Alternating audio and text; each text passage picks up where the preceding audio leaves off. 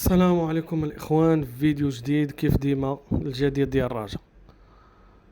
كيف تكلمنا الصباح على اللاعب الايفواري المهاجم اللي وصل اليوم الصباح للدار البيضاء، بقى ليه فقط انه اجتاز الفحوصات الطبيه، من وراها ان شاء الله راه غادي يكون سينا. بالنسبه للجديد اللي كاين دابا، هو لاعب ديال المغرب التطواني.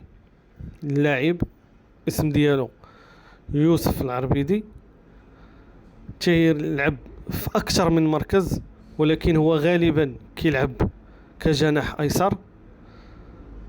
اخر معلومات تتقول بان الرجاء تفاهموا معاه على جميع الامور الماديه، اتفقوا عليها، بقى فقط انه يجتاز الفحوصات الطبيه اللي غالبا ان شاء الله حسب المعلومات ديالنا انه الاربعاء غادي يجي باش يدوز الفحوصات الطبيه.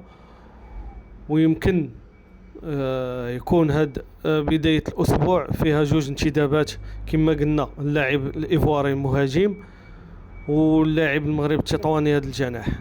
كاين بعض المعلومات تتقول أنه كيتفاوضوا مع شي حارس. كيف ديما الإخوان، جيم كومونتير بارطاج وفعل الجرس، وفين ما يكون شي جديد راه غادي نحطوها الإخوان.